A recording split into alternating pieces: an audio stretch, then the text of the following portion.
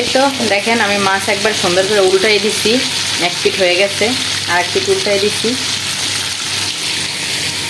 তো হ্যালো বন্ধুরা, আসসালামু আলাইকুম। আপনারা সবাই কেমন আছেন? আলহামদুলিল্লাহ আমিও অনেক ভালো আছি। তো আজকে আমি এখন টাইকে মাছ ফ্রাই করব, তার জন্য কাঁচামরিচ ব্লেন্ডার করে নিয়েছি।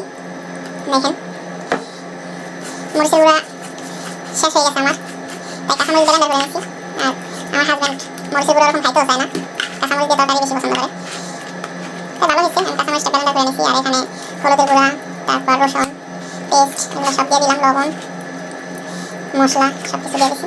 এখন সুন্দর করে ম্যারিনেট করে তেলে ফ্রাই করবো। মরিচের গুঁড়োটা না খাইতে পারলে ভালো।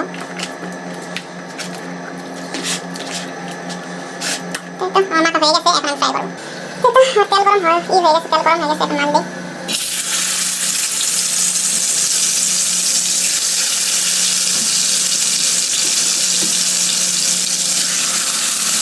তিনটে মাছ রেখে গেছে, আর এই মাছটা আমি আজকে থেকে ডায়েট শুরু করছি, তাই তেল ছাড়া রান্না করবো মাছ।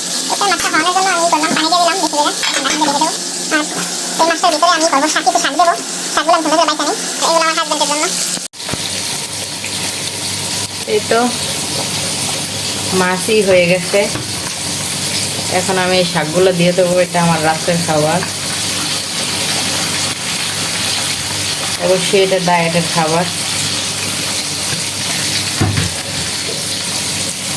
ভাবতেছি এক মাস ভাত খাই আমার ওজন অনেক বাইরে গেছে, আমার ডায়েট ডক্টরে ফ্রি হয়ে গেছে,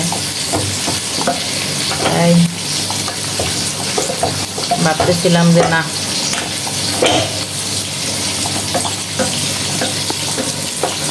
আর খাওয়া যাবে না ভাত। তো এই তো দেখেন আমি শাক দিয়ে দিচ্ছি একবারেই তেল ছাড়া।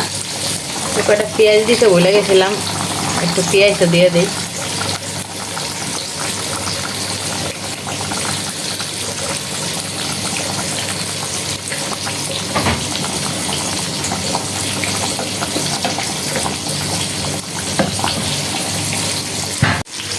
এটা আমার মাছও এক পিঠ হয়ে গেছে, আমি উল্টাইয়া আর এক পিঠই করবো, দেবো।